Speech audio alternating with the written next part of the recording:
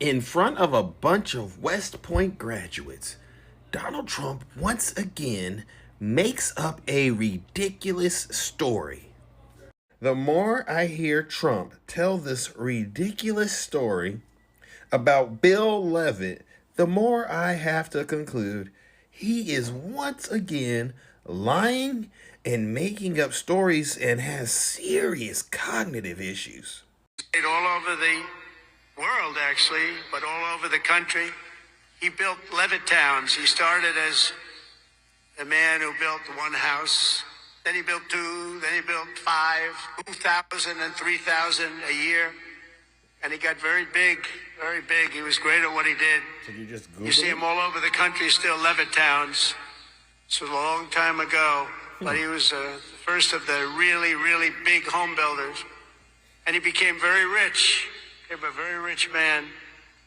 And then he decided to sell. He was offered a lot of money by a big conglomerate, Gulf and Western, big conglomerate. They didn't do real estate. They didn't know anything about it, but they saw the money he was making. They wanted to take it to a public company.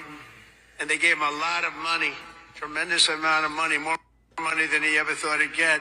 And he sold this company, and he had nothing to do. He ended up getting a divorce, found a new wife. Could you say a trophy wife? I guess we can say a trophy wife. It didn't work out too well, but that doesn't work out too well, I must tell you. A lot of trophy wives. What is he talking about? For a little while at least. But he found a new wife. He sold his little boat and he got a big yacht. He had one of the biggest yachts anywhere in the world. He moved for a time to Monte Carlo and he led the good life. And time went by and he got bored. And 15 years later, the company that he sold to called him and they said, the housing business is not for us. You have to understand, when Bill Levitt was hot, when he had momentum, he'd go to the job sites every night. He'd pick up every loose nail. He'd pick up every scrap of wood. If there was a bolt or a screw laying on the ground, he'd pick it up and he'd use it the next day in putting together a house. But now he was spoiled and he was rich. He was really rich. Would you like to buy it back? We'll sell it back to you cheap. And they did. He bought it. He bought it. He thought he made a great deal and he was all excited. But it was 15 years later. He lost a lot of momentum. Remember the word momentum. And he lost everything. It just didn't work. He lost everything. And I was sitting at a party on Fifth Avenue one night, a long time ago. And you had the biggest people in New York, the biggest people in the country, all in that party. And they were all saluting each other, how great they were. They were all telling each other, I'm greater than you. Gets to be really, gives you a headache sometimes. But they had all these people, they're telling their own stories about how fantastic. A cocktail party, and I looked over, and I was doing well. I was invited to the party, so I had to be doing well. I was very, very young. But I made a name in real estate, and I looked over, and at the party, sitting in a corner all by himself, nobody was talking to him, was Mr. Levitt. He had just gone bankrupt, lost everything. He had lost everything, his home, everything. And I went over and talked to him because he was in the real estate business and I loved real estate. And I said, hello, Mr. Levitt, how are you? He said, hello, Donald, it's nice to meet you. He knew me from being in the business. I said, so how's it going? He goes, not well. It's really not going well, as you've probably read. It's been a very, very tough period for me, son. I said, so what happened? It's just anything you can do? He goes, no, there's not a thing I can do. He said, I'll never forget. He said, I've lost my momentum. I just didn't have it. I used to have it, but I lost my momentum. So it's a story I tell, and you have to know when you have the momentum, but sometimes you have to also know when you've lost the momentum. You know, I find it very hilarious that he doesn't say what year this all happened, but he said he was very young. And you have to think to yourself, well, if you were young and he was old, and you know, he had a lot of medical issues before he checked out, what year did this happen in? And you said He told you you read about it, sir. What articles, what magazines, what newspapers did you read about all this stuff in? Once again, we have more proof that the sitting president of the United States has something going on up here, serious cognitive issues. You can't just be making up stories.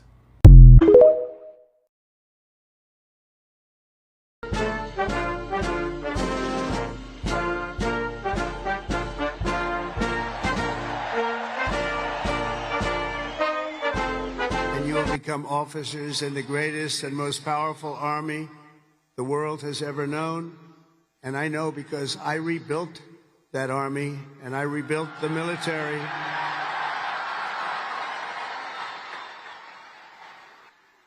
And we rebuilt it like nobody has ever rebuilt it before in my first term.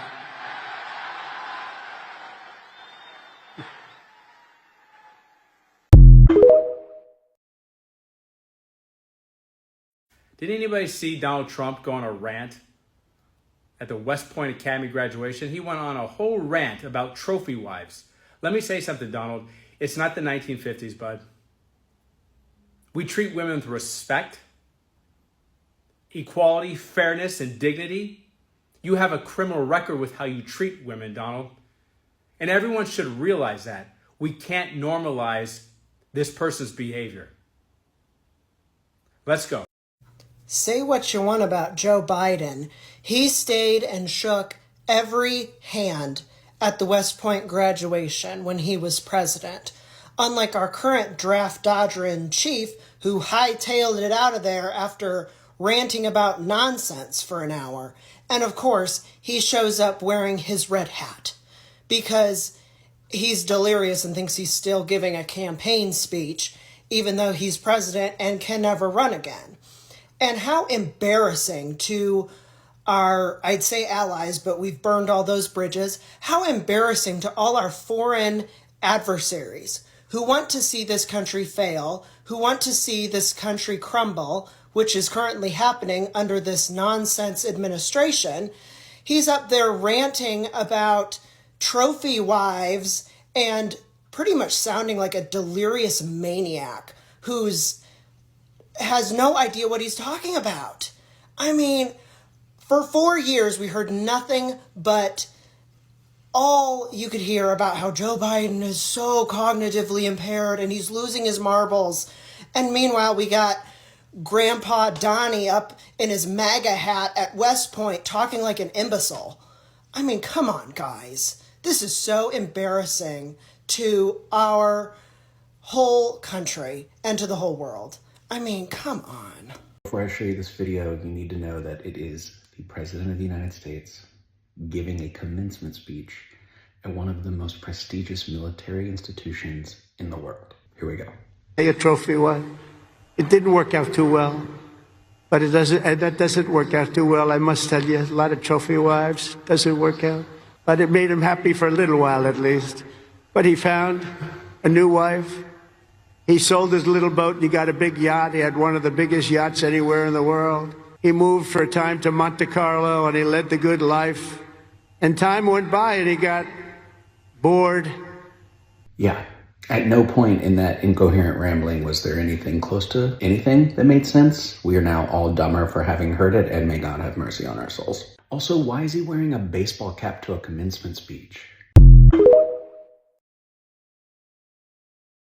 Earlier today, Donald Trump gave the commencement address at West Point Military Academy in New York, and I just want to compare this year's speech to last year's speech. During this year's speech, when Donald Trump was supposed to be celebrating the graduates and congratulating them on their achievement, he instead took a different route and decided to brag about his election victory in 2024. He also admitted that he doesn't know anything about the military and how stealth planes evade enemy radar. And then for some reason, he bragged about trophy wives, seriously, for a minute straight during this speech. But last year with President Biden, it was very different. different. He talked about the strength of the United States and the courage of these graduates, saying on their first day at West Point, 1,036 graduates took an oath of the Constitution of the United States to defend against all enemies, foreign and domestic. Those who came before you have never failed us, and neither will you. Congratulations, class of 2024. So Trump shows up and brags about himself and his achievements, whereas President Biden actually congratulated these graduates, talked about their experience, their fight, their courage. The difference really couldn't be more clear. Narcissistic felon, patriotic public servant.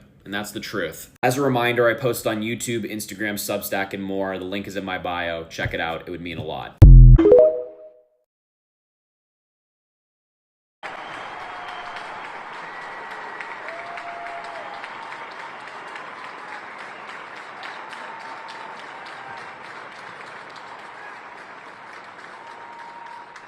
Well, I want to thank you very much. This is a beautiful place. I've been here many times, going to high school, not so far away. A good place, also a military academy. Not quite of this distinction, but it was a lot of fun for me. And I just want to say hello, cadets, and on behalf of our entire nation, let me begin by saying congratulations to the West Point class of 2025. You are winners, every single one of you. Thank you.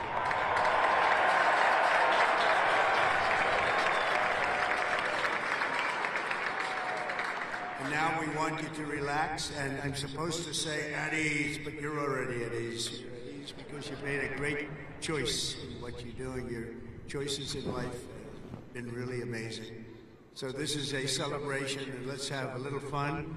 I want to thank your highly respected Superintendent, General Stephen Gillen, and he is really something. I got to know him backstage with his beautiful family, and his reputation, his wife is just incredible. His reputation is unbelievable, and thank you very much. And your daughter is a winner also, just like everybody out there, a real winner. Thank you. Thank you.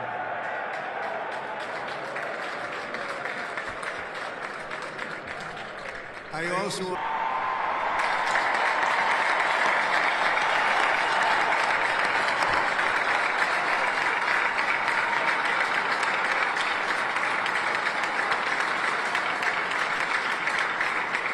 congratulations. Great job. Every cadet on the field before me should savor this morning, because this is a day that you will never, ever forget. In a few moments, you will become graduates of the most elite and storied military academy in human history, and you will become officers in the greatest and most powerful army the world has ever known. And I know because I rebuilt that army, and I rebuilt the military.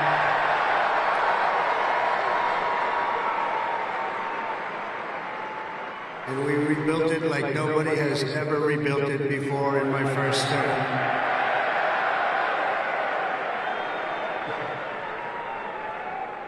Your experience here at West Point has been anything but easy. But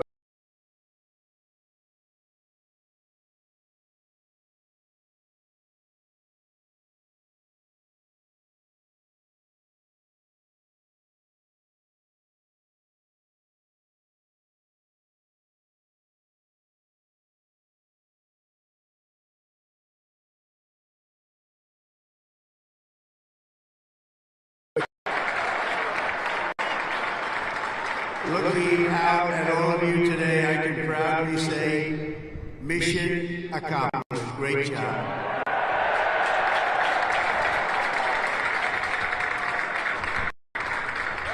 But now you have to go on. You have to forget that. Because now you have another. It's a sad thing, isn't it? You know, you can't rest on your laurels no matter what. Just have to keep going. You take it. You take a little day off, and you go on to the rest. Because you have to have victory after victory after victory, and that's what you're going to have as you receive your commissions as second lieutenants. Each of you continues down the same hallowed path walked by titans and legends of U.S. military law, giants like Ulysses S. Grant, John Blackjack Pershing, Dwight David Eisenhower, the one and only Douglas MacArthur. Old Blood and Guts George Patton, and Norman Schwarzkopf. Oh, so many more. They and countless other patriots before you have walked out of these halls and straight into history, and today you officially join those immortal heroes in a proud ranks of the long gray line. You know that term, so beautiful, the long gray line. Among the 1,000 cadets graduating today, 26 of you wear the prestigious Star Wreath, signifying the highest level of academic achievement. Please stand up. 26. Let's see if somebody stands who shouldn't be standing.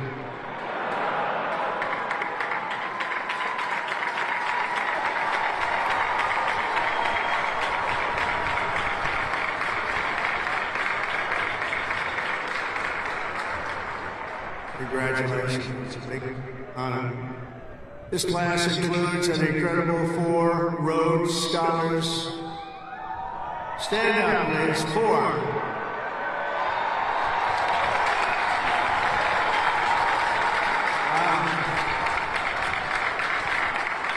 That's tied for the most of any West Point class since 1959. That's great. 4. Congratulations. Boy, oh boy, oh boy. I want to bring them right to the Oval Office. I don't want to have them go too far away from me. 8 cadets here today took on the challenge of designing their own hypersonic rocket. Oh, we can use you. Building them right now. You know, we had ours stolen. We are the designer of it. We had it stolen during the Obama administration. They stole it. You know who stole it? The Russians stole it. Something bad happened. But we're the designer of it. We're now building them, and lots of them. And earlier this year, they launched it into space, setting a world record for amateur rocketry. Can't get you in there fast enough.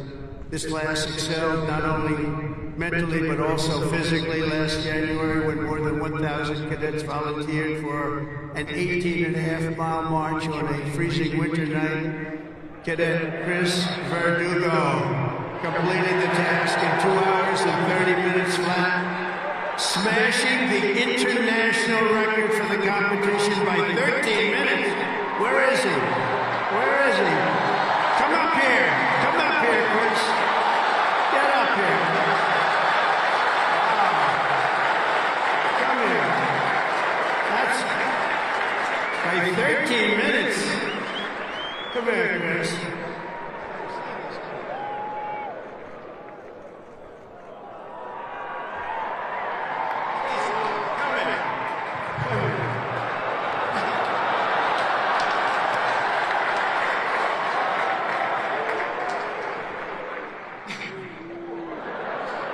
It's been a long 5 years, but I couldn't have done it with any of these guys. Love you guys.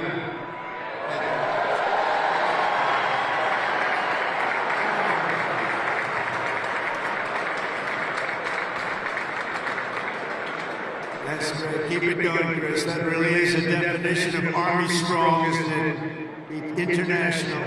International. This class includes 513 graduates who completed Air Assault School, 70 who completed Airborne School, 8 who made it through the ultra-elite Army Diver School, among the most difficult and grueling programs anywhere on Earth.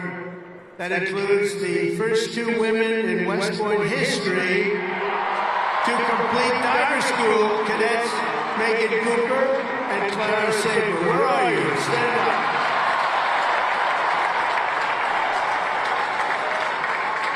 Where are they? Wow, great job. That is not easy. Congratulations, Megan and Clara. That's a job well done. Thank you very much. Some of you achieved a different kind of distinction here at the Academy, including 7 century men who completed 100 hours of marching for disciplinary, infractions. No, don't tell me I'm doing this. Oh, I'm so sorry. Would you like to stand up?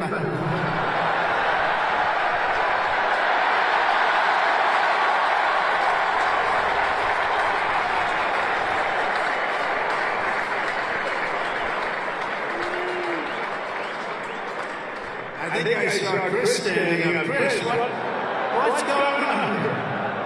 Well, you had one good, one not so good, right, Chris? Can't believe Chris is standing.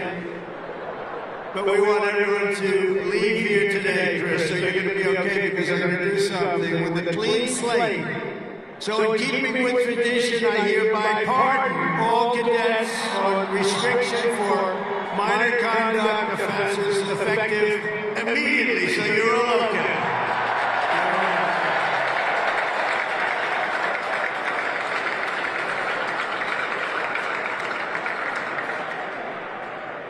The class of 2025 is a lot to be proud of, including your first-rate athletes and athletics. You are something. I've been watching too. I love the sports stuff. What you've done is pretty amazing. Last year, for the first time ever, Army lacrosse became the #1 ranked men's lacrosse team in the entire country.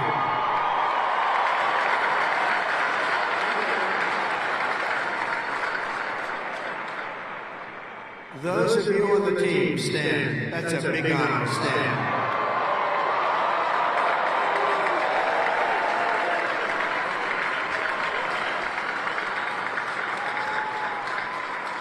Great. That's a tough sport, too. That's #1 in the country. Your sophomore year, Army football beat Navy 2017. And the next year, you did it again, beating Navy 17-11 and dominating Air Force 23-3.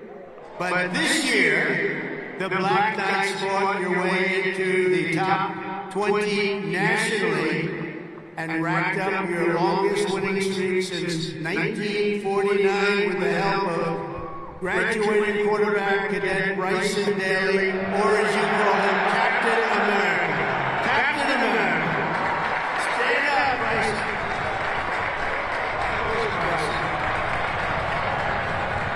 We gotta get him up here, right? Come on, Bryson.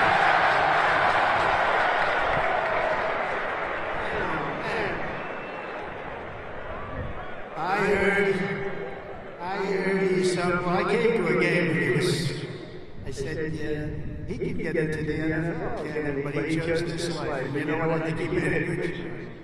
Come on up here, Bryson. Come on up. Wow.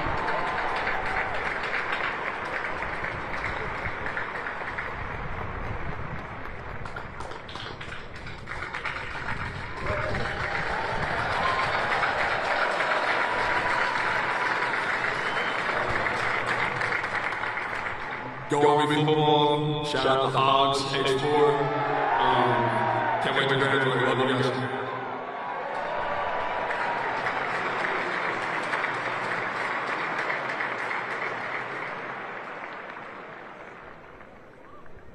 I just tapped his shoulders like I hit a piece of steel. That's in good shape. There's a reason, you know? There's always a reason for success. Thank you, Bryson. At a time when other top college quarterbacks were thinking about going pro, Bryson's mind was on something else. As he told an interviewer earlier this year, I'm focused on my career as an infantry officer. That's what he wants to do. So Bryson, you did the right thing. That service satisfies. Thanks, Bryson. That's amazing. He's an amazing guy with an amazing team. Each of you on the field today is among the most talented members of your generation. You could have done anything you wanted. You could have gone anywhere. You could have gone to any school. This is one of the hardest schools to get into. And writing your own ticket to top jobs on Wall Street or Silicon Valley wouldn't be bad. But but I think what you're doing is better.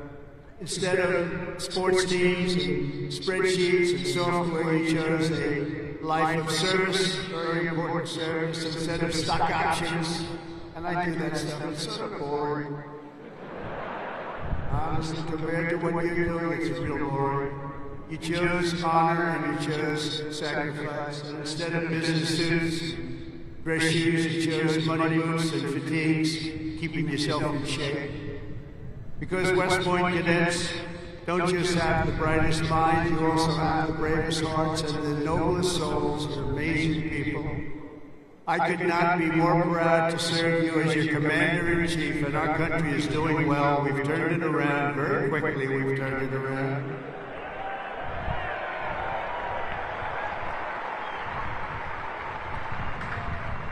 I just got back from the Middle East, and I was at, as you know, Saudi Arabia, Qatar, UAE, and I will tell you, they said, all three leaders, great leaders of those three nations, they all said the same thing. The United States of America is hotter now than we've ever seen it, and a year ago, it was as cold as it gets, and it's true. It's true. We have the hottest country in the world, and the whole world is talking about it. It's an honor for all of us. I cannot wait to see the glory that is still ahead. However, for the West Point class of 2025, and we're going to help you a lot because we're going to give you a nation as good or better than it ever was. That's what I promise you.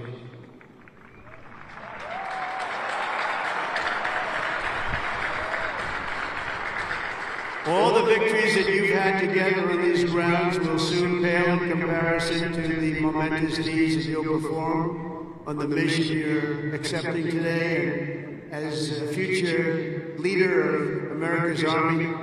And we have that Army geared up. We have ordered, just $1 trillion military budget, General. You know that? $1 trillion.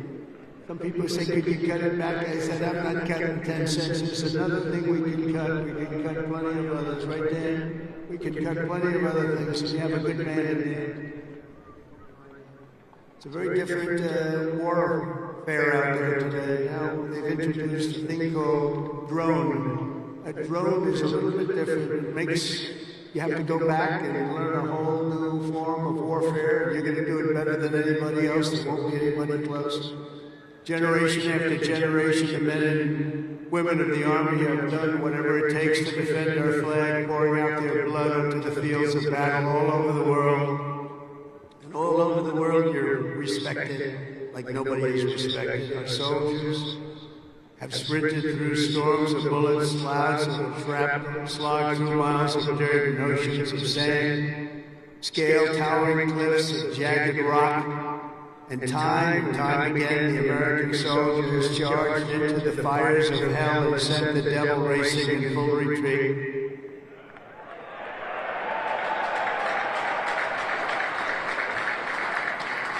No task has ever been too tough for America's Army, and now that 250-year legacy of glory and triumph belongs to you.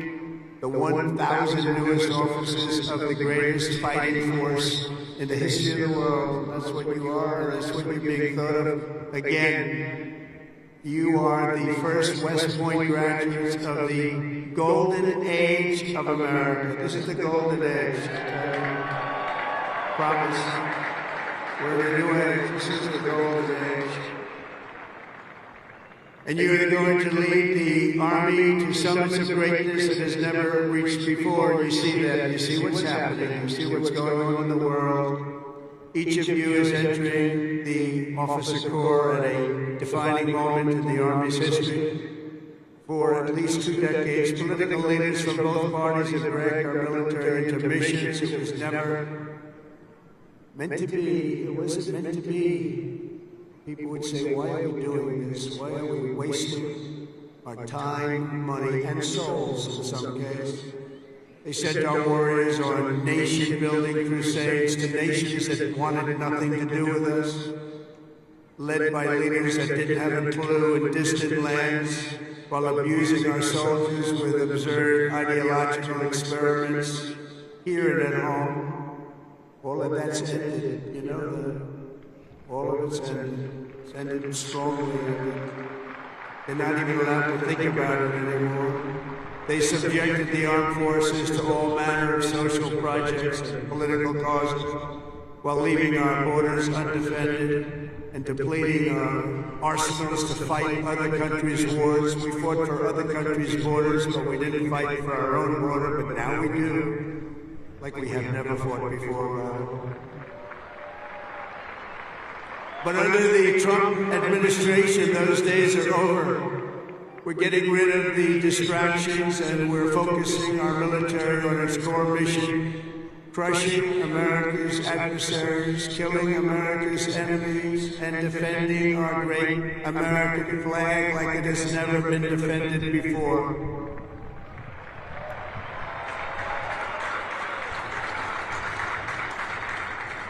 The job of the U.S. Armed Forces is not to host drag shows, to transform foreign cultures, but to spread democracy to everybody around the world at the point of a gun. The military's job is to dominate any foe and annihilate any threat to America anywhere, anytime, and any place.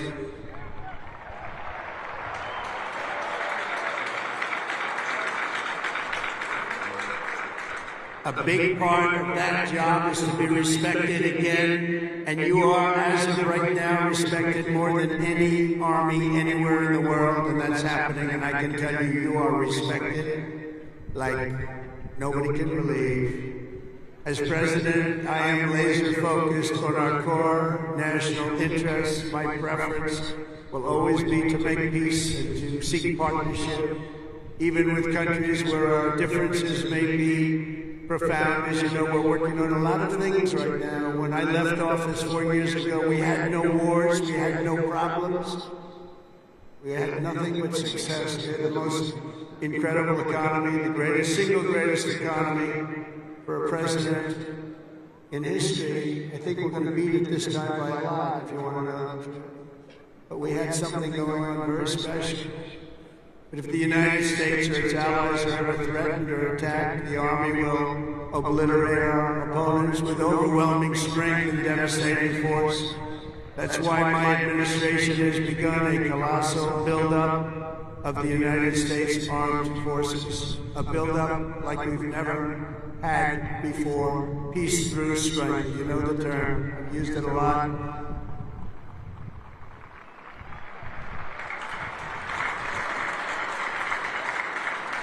Because as much as you want to fight, I'd rather do it without having to fight. I just want to look at them and have them fold. That's happening. That's happening.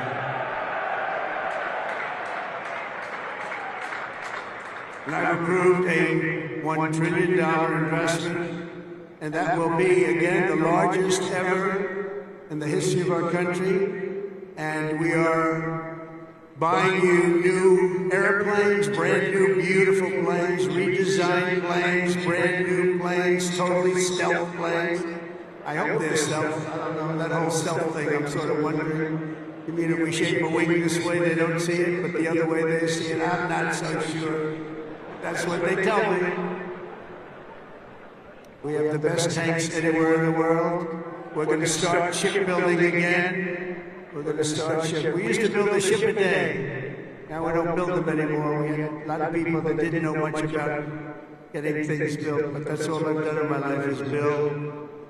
We're going to have the best missiles. We already do drones and much, much more. And earlier this week, I think you'll like this. I announced that we are officially building all in America, made in America, designed in America. We're the only ones that could do it because we're the only ones with the great technology.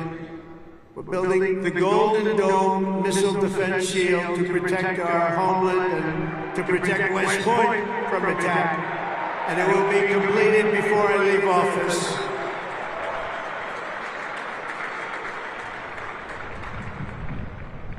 And you know, you wouldn't think this, but our enemies are very unhappy about it. You've been hearing, you've been reading. Why are they doing that? Why? Well, we're doing it because we want to be around for a long time. That's why we're doing it. We're also restoring the fundamental principle that a central purpose of our military is to protect our own borders from invasion. Our country was invaded for the last 4 years, and they've allowed people to come into our country that they shouldn't be here. Criminals walk in, no vetting, no checking, no nothing. Where are they coming from? And they were taking people out of prisons, they were taking gang members, they were taking the mentally insane and allowing them to come in, and we're getting them out of our country. We have no choice. We're getting them out and bringing them back where they came from. Have no choice. And it's not easy. It's not easy. But hopefully the courts will allow us to continue. You know, we had the greatest election victory. This was November 5th. We won the popular vote by millions of votes. We won all 7 swing states. We won everything. We won 2,750 districts against 505. 2,750 against 505. We had a great mandate, and it gives us the right to do what we want to do to make our country great again, and that's what we're going to do. On day one, I deployed our military to the southern border, and since that day, we've reduced the number of illegal border crossings, where there used to be hundreds of thousands of people coming into our country a day. We had nobody come in the last week and a half. We were at 99.999%. 99.999. Think of that. That was with the help of our military. We had one person come in. One. You know why? He got very sick. We brought him through to have him brought to a hospital. One person. And for that, please don't hold me responsible, but that's okay. They did the right thing. Gone are the days where defending every nation but our own was the primary thought. We are putting America first. We have to put America first. We have to rebuild and defend our nation. And very shortly you're going to see a nation better than it's ever been. And you see that with the trade. For years we've been ripped off by every nation in the world on trade. We've been ripped off at the NATO level. We've been ripped off like no country has ever been ripped off, but they don't rip us off anymore. They're not going to rip us off anymore. And you're seeing it. You have to watch what we're doing in trade. I know it's not your primary thing, but it's quite important in all fairness. But watch, you'll see what's going on. Been reading about it over the last few days. We're making deals with other nations that were not even, nobody thought it would be even possible. And the reason is very simple. They respect us again. They're respecting our country again. That's what you want. And everything we do, we are bringing common sense back to America. It's all about common sense. We can say we're liberal, we're conservative. The new word is progressive. They don't like using the word liberal anymore. That's why I call them liberal. But whatever you are, you know, most importantly, you have to have common sense, because most of it's about common sense when you get right down to it. And we have a lot of people with a lot of very smart people, but they have to have common sense. And we've liberated our troops from divisive and demeaning political trains. There will be no more critical race theory or transgender for everybody forced onto our brave men and women in uniform or on anybody else for that matter in this country. And we will not have men playing in women's sports, if that's okay.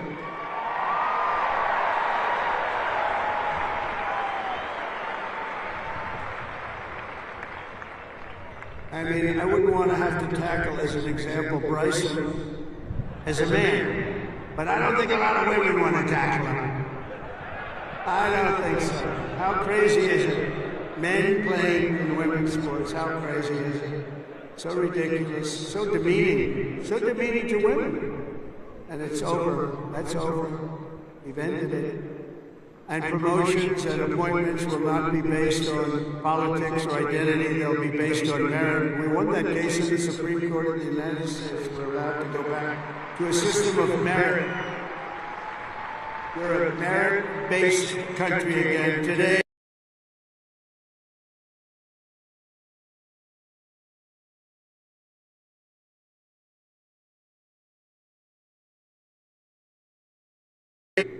Recruiting shortfalls, and just last year was the worst of all. The last year of the Biden administration.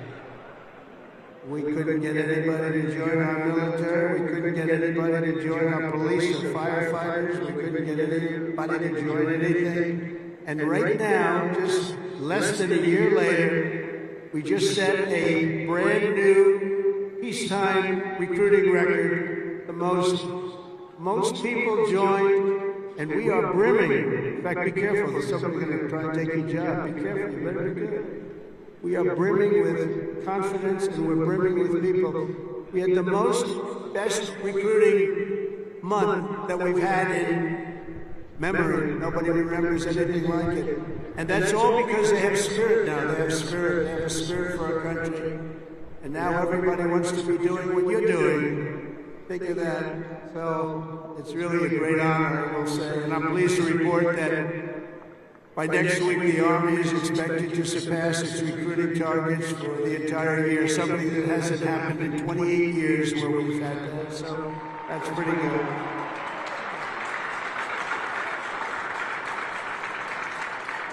And it's nice to know that you're doing something that everybody wants to do, isn't it? Really nice. Listen, I hated to hear that. During the campaign, I was hearing that you couldn't get people to enlist, but now we're getting people.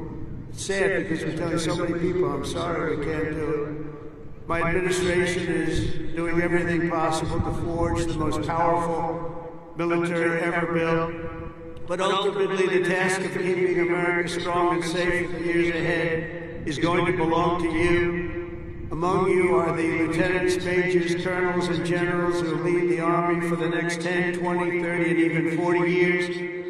So as Commander-in-Chief, let me offer a few words of advice as you begin your Army careers. And I thought I'd do this, and I can make this to a civilian audience or to a military audience. It's pretty much the same. And I did this recently at Ohio State, and they really liked it. I gave them a little advice as to what I see for what you want to do, and some tips.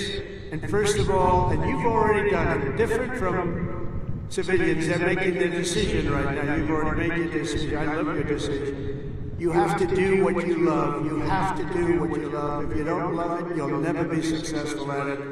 And you've done this, and you really, many of you in the audience, many of you that are graduating, you come from military backgrounds, or you love the military, it's what you want to do, it's what you want to talk about.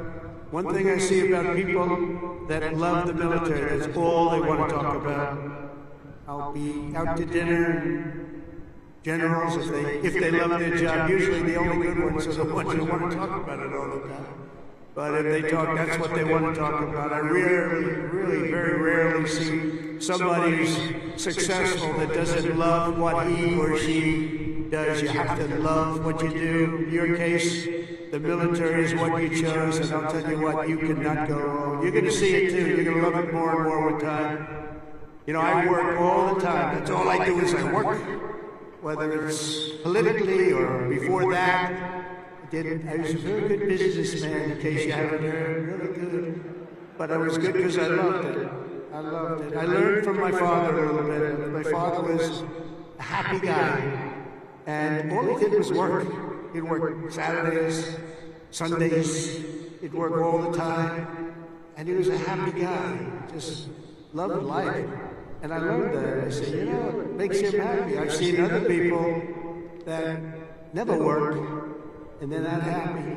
You gotta love it, otherwise you won't be successful. In the Army, there are a lot of different paths you can take, so follow your instincts and make sure that you take the path that you love, that you're doing something that you love within your military. You will be happier, the Army will be far stronger for it. Second is to think big. Always think big. If you're going to do something, you might as well think big, do it big, because it's just as tough, and sometimes it's a lot easier thinking big than doing a small task that's more difficult.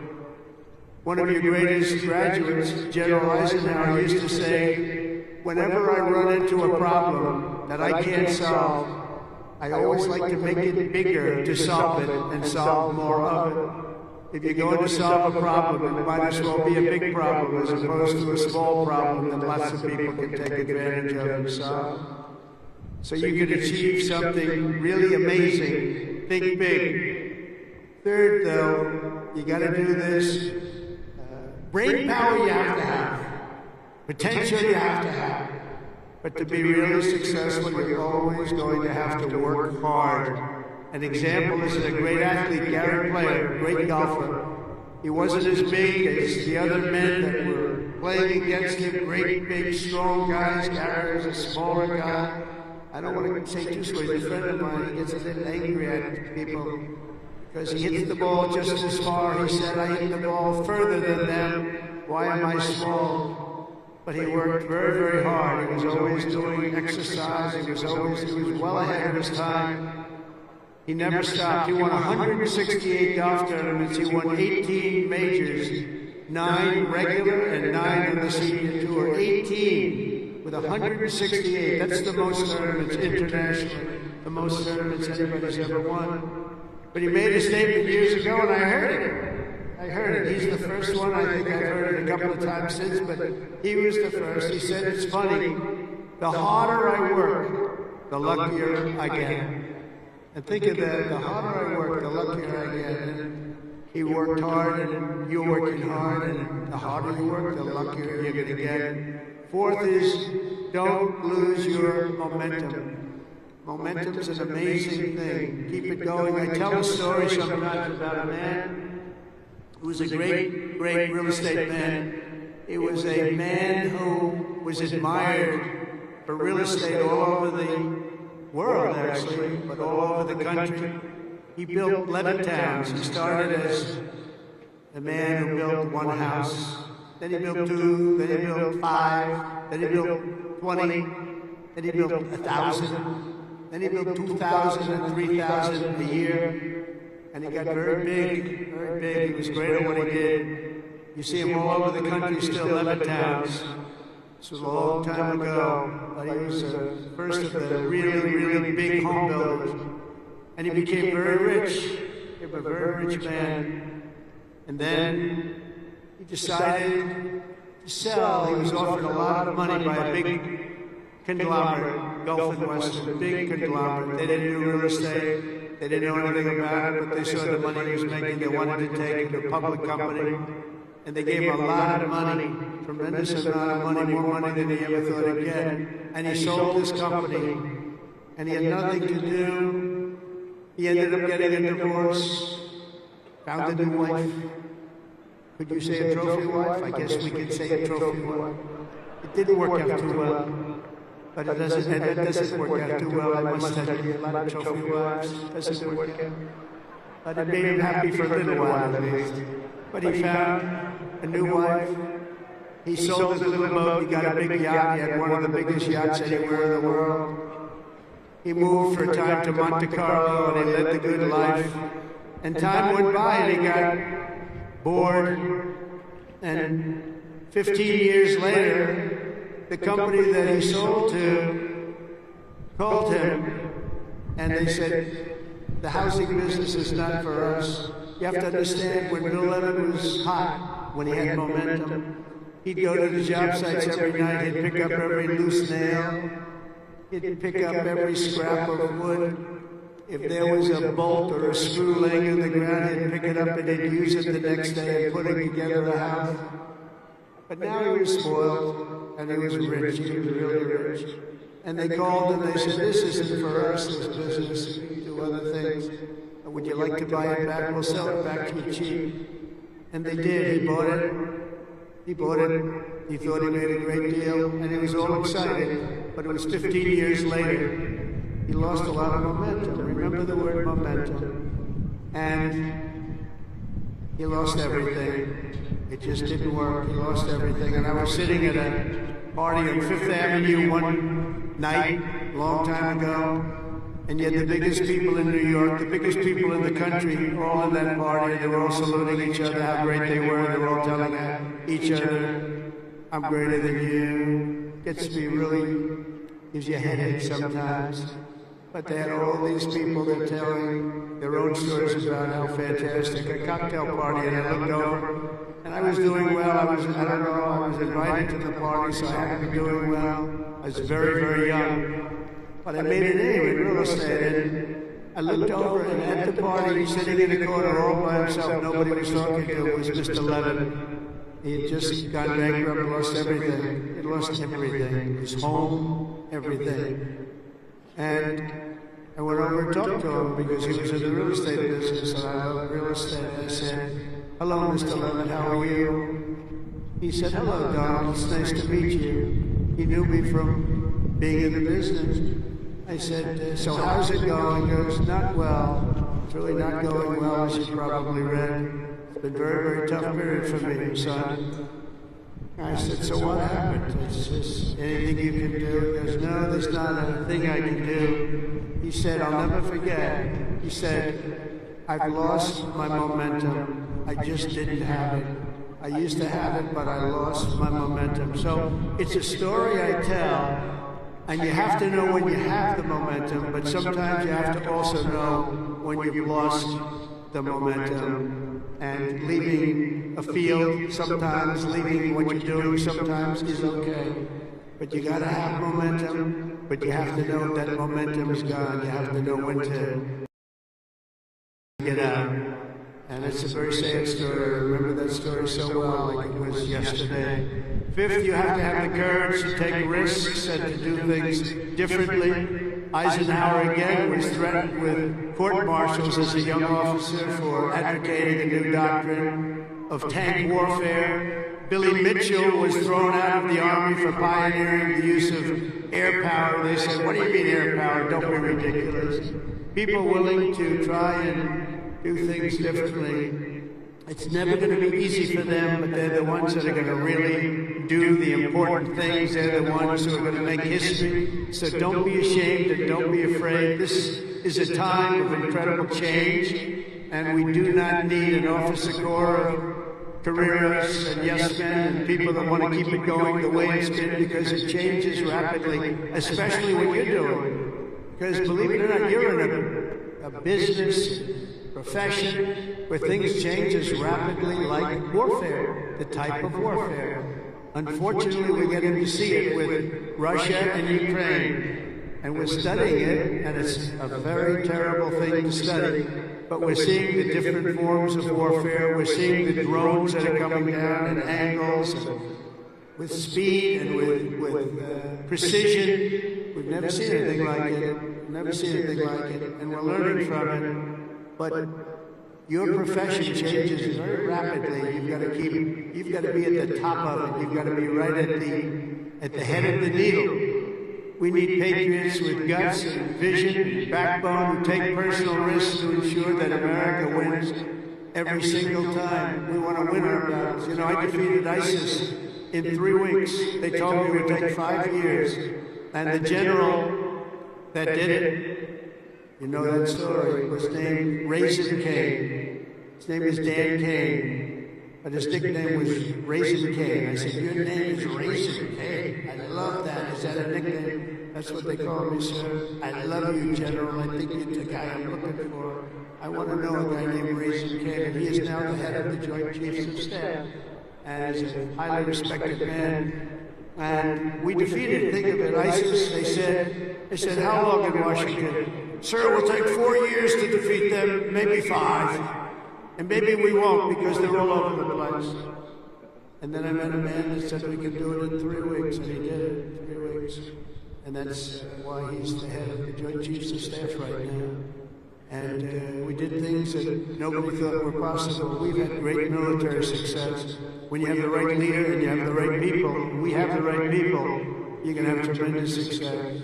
Sixth, never lose your faith in America and the American people, because they're always going to be there for you. I went through a very tough time with some very radicalized, sick people, and I say I was investigated more than the great late Alphonse Capone. Alphonse Capone was a monster.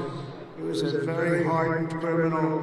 I went through more investigations than Alphonse Capone, and now I'm talking to you as president. Can you believe this? Can you believe it? So you gotta fight hard, you gotta never give up, and don't let bad people take you down. You gotta let them, you gotta take them down. A lot of bad people out there, and those people you have to figure it out. But you also have a lot of great people. Finally, hold on to your culture and your traditions, because that's what makes something really great, and that's what's made the Army great. The culture and the tradition. Whether we're talking about a battalion, a business, a sports team, or even a nation, history has shown that in many ways culture is destiny. So do not let anyone destroy the culture of winning. You have to win. Winning is a beautiful thing. Losing, not for us. Not for us. Not for everybody here. If it was, you wouldn't be here. From the earliest days of our nation, this supreme tradition of American military service has been passed down from soldier to soldier and generation to generation, and it's a beautiful thing to watch. Graduating today is Cadet Ricky McMahon, Ricky's great-grandfather. Stand up wherever you are, Ricky, because you're going to like this. Ricky's great-grandfather served in World War I. His grandfather served in World War II. And his uncle, father, and mother all graduated from West Point. Where is Ricky?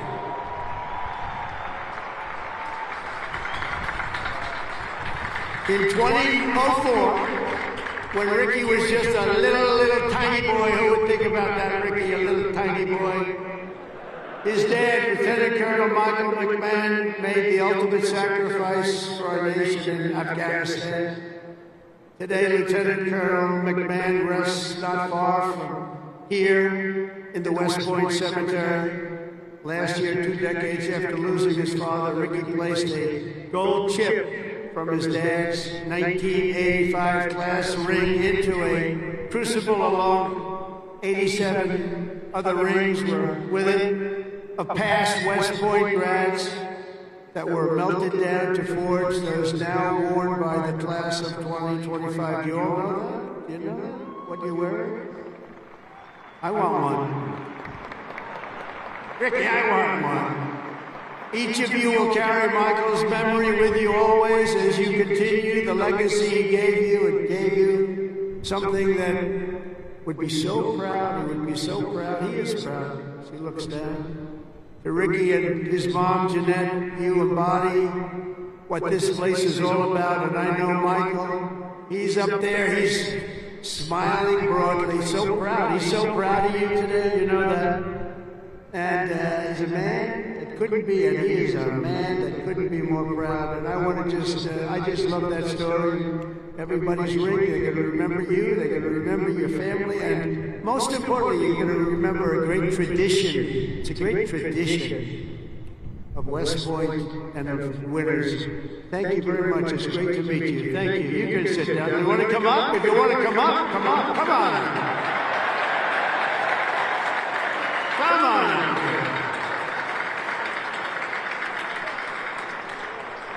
That's nice. Yeah, handsome guy. They're all good looking here. I don't know what's going on. The whole crowd is beautiful. Thank you very much.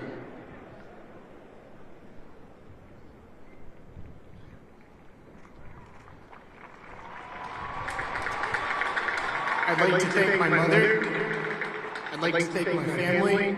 And I'd like to thank G3, Go Gophers.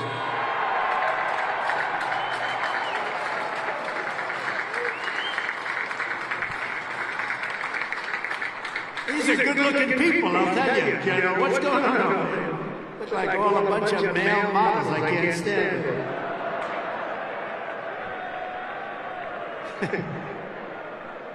For 2.5 centuries, our republic has endured because of heroes like Michael, who've laid down their lives for America, and because young people like all of you have picked up the banner of service and carried forward the flag of freedom from Lexington to Yorktown, from Gettysburg to Sicily, and from Incheon to Fallujah.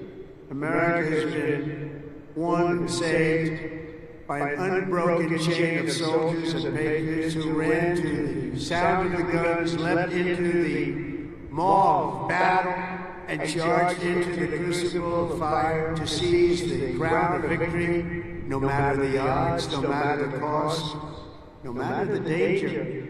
All over the world, our soldiers have made sacred the ground where they shed their blood and showed their valor. From Seminary Ridge to San Juan Hill, Bellawood, Omaha Beach, Leyte Gulf, Ardennes Forest, Chosen Reservoir, all over, and even a place called Pork Chop Hill. And in all of those battles and so many more, some of the best, brightest, and bravest have come from right here at the U.S. Military Academy at West Point, one of the great fabled places anywhere in the world. America's Army has never failed us, and with leaders like the West Point class of 2025, the Army will never fail. We will never let you down.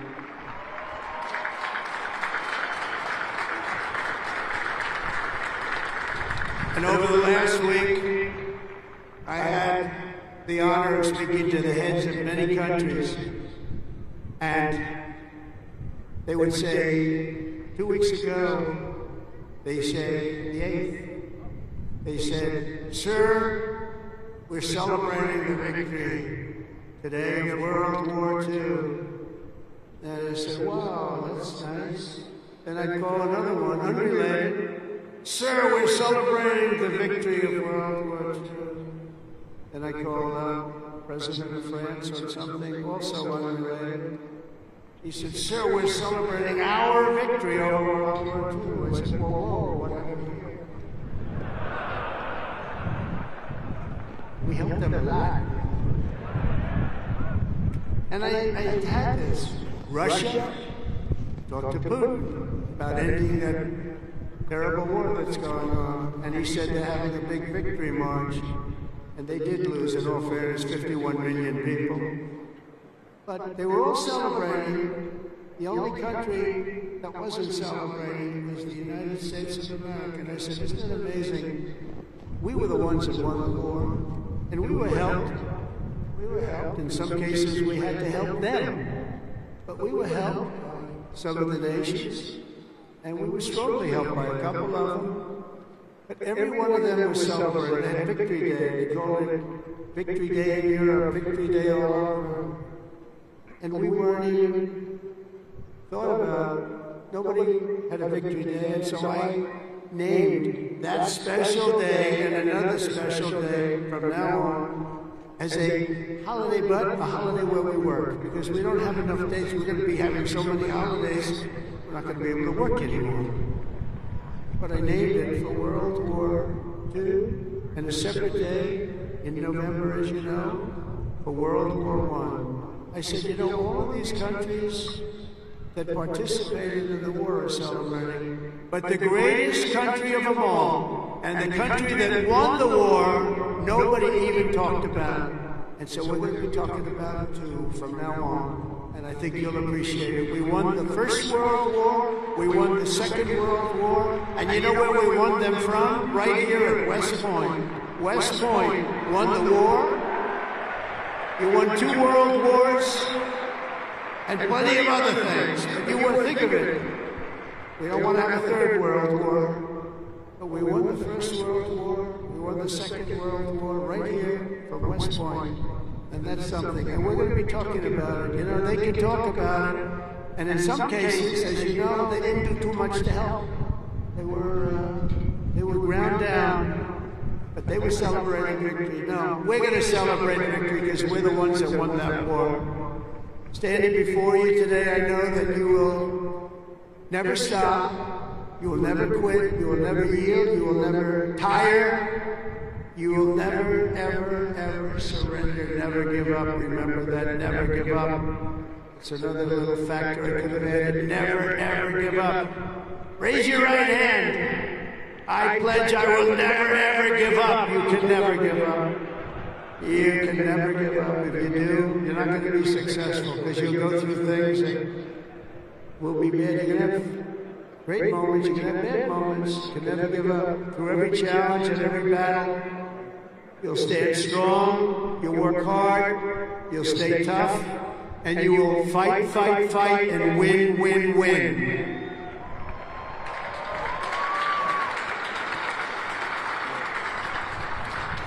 So I want to just congratulate you all. I'm going back now to deal with Russia, to deal with China. What's that all about? That's a ditch. And to get you lots of victories. So we're going to keep winning. This country is going to keep winning, and with you, the job is easy. I want to thank you all. Congratulations to the class of 2025. God bless you all. Incredible people. Thank you very much, everybody.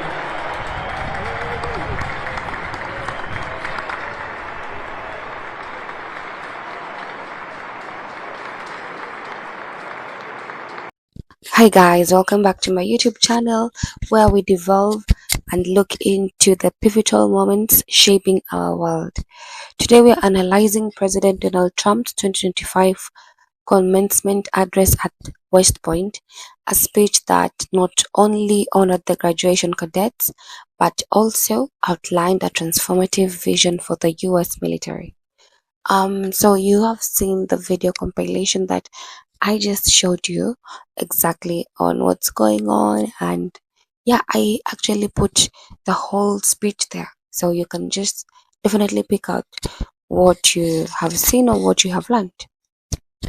So on May 24th, 2025, just this week, the President Trump addressed over 1,000 cadets at the United States Military Academy in West Point, New York. His speech was a blend of commendation, policy declaration, and political commentary. So I believe that also on your part you have seen and picked out what you want to hear or what you think he's saying, who is addressing, and if you still want him to be president, if there was another choice. So Trump was there, the cadets, just giving the cadets the congratulatory messages for their achievement, stating, "You will become officers in the greatest and most powerful army in the world." And the world has ever seen that. So he was just like, he's there just giving them congratulations and all that. He attributed his strength or this strength to his administration's effort. He's claiming that I rebuilt the army and I rebuilt the military, and we rebuilt it like nobody had ever rebuilt it before. Just go back to that speech, listen to it again. It's not me that I said that. I'm just quoting exactly what he said. And yeah, he's actually claiming that he's the one who has rebuilt the army and the military like nobody has ever done it before. So it's like the other presidents were a joke to the army and the military. That's what's up. So a significant portion of the speech actually focused on the elimination of diversity, equity, and inclusion, right? Within the military, that is. Trump emphasized a return of merit-based system, stating that the military role is to dominate adversaries, not engage in cultural transformation. You get why that is where it's now getting heated up. Let me repeat. He's saying that he wants to eliminate DEI, and that is diversity, equity, and inclusion within the military, and wants the military to only focus on dominating adversaries and not to engage in cultural transformation. I know, you're not getting triggered. So he's actually also planning on introducing the Golden Dome, which is a missile defense system, and he announced a $175 billion investment aimed at countering threats from nations like China and Russia. Yes, I know the president is talking about that at a meeting, at a party. Let me just say congratulations to all the cadets who were able to graduate and all that. But can you imagine he just said that? Announced $175 billion investment dollars to counter threats like China and Russia. Yeah, the Golden Dome, that's what he said. It's a missile. I know. Let's continue. So, critiquing previous administration, Trump actually condemned nation building crusades to nations that wanted nothing to do with us, reinforcing his America First doctrine. Did you just understand what I said? I know it's triggering. He's actually criticizing the past administration, and who is this? All those presidents who've been there before him, saying that he wants to put America first, and all those he condemned the nation building crusades to nations that wanted nothing with them. Yeah, he's saying America has to be put first, but is it showing those who supported him? Is it showing? Is he doing that as he's saying? Is he? So, interweaving personal narratives, Trump referenced his legal challenges and claimed a voter mandate from his election victory over Kamala Harris. Like, he still mentioned Kamala even up to now. It's just strange, and I don't know. What do you think about this? Notably, Trump reiterated his belief that stealth fighter jets are literally invisible, a statement that has drawn a lot of criticism for its inaccuracy. Yeah, you can just watch the video. I know it's a long video today, but go watch his speech so that you don't think I made all this up. So the speech has actually elicited a lot of mixed reactions, while some are applauding the emphasis on military strength, others are criticizing the politicization of a traditionally a political event. Because he comes to an event with a MAGA hat, his campaign hat, to a military event. Okay? Anyway, let's continue. So, President Trump's address to the West Point is actually just more than a commencement speech. It was a declaration of his administration's military and political ethos. As we reflect on its implications, it's clear the intersection of military service and the political ideology continues to shape America's future. Very true. You can even hear him saying he's going to invest $175 billion for such, but it's okay. He's the president, right? Okay. Yeah. So, what are the key lessons you can learn from this speech? About leadership and services, Trump emphasized the importance of choosing service over personal gain, highlighting the cadets' commitment to the nation. Yeah, the cadets are very committed to the nation, and we really, really appreciate him. Yeah. We have so many lessons we can see from this, and so many controversial or negative statements, especially on the DEI, diversity, equity, and inclusion, when Trump sharply criticized it with the programs in the military, calling them a sick ideology or left-wing social experiment. He even vowed to eliminate DEI and transgender policies in the armed forces, declaring, "We will restore the military to a force focused solely on winning wars." Okay, why is it controversial, if you may ask? It's because critics say this politicizes the military and marginalizes service members who benefit from inclusion policies. Yeah, please comment down below. Tell me what you think about this. He also condemned prior administrations for nation building crusades to countries that didn't want us there. Why is this controversial? While this aligns with his America First motto, it was seen as disrespectful to service members who have sacrificed in those missions. Examples: Iraq, Afghanistan. You get the point. Trump is also claiming about invisible stealth jets. He said that they say the stealth planes are literally invisible. I don't know how true that is, but that's what they say.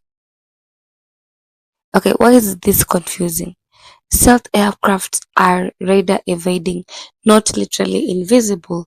This statement has been mocked before and raises concerns about his understanding of military technology. Like he just hasn't done his research. Some of the things that can be controversial that I've said, let me add on that. Boasting and personal grievances. He's now inserted references to his own illegal challenges, political enemies, and his victory over Kamala Harris, saying, "You gave me more votes than any president in history, and we're doing it again." So, why do you think this is controversial? A commencement speech is traditionally apolitical. Critics argue it was inappropriate to bring campaign rhetoric and personal vindication during a formal military graduation. Yeah, that's what they say. So, implying US technology was stolen by Russia. That is something, again, he's saying in his speech. Trump claimed Russia stole hypersonic missile technology from the United States and Obama's administration. So, why is this misleading? There's no confirmed public evidence for this claim, and it has been debunked by experts. It risks spreading misinformation and actually escalating tensions. So those are some of the controversial point of view that I was able to share with you about this speech. Please comment below. Tell me what you think. Tell me what you think. While Trump praised the cadets and military strengths, much of the speech blurred the line between the military honor and political messaging. This approach drew both cheers from supporters and criticism from veterans and military families who prefer non-partisan tone at such ceremonies. Yeah, okay. So yeah, that's what's happening. So you tell me what you think about this. Talk to me in the comment section. Subscribe, guys. Thank you so much for all those who've been able to subscribe on my channel recently. I see you. Thank you for watching. Don't forget, guys, to like, subscribe, and hit the bell icon for many more in-depth analysis. Have yourself a lovely rest of your time. Bye bye.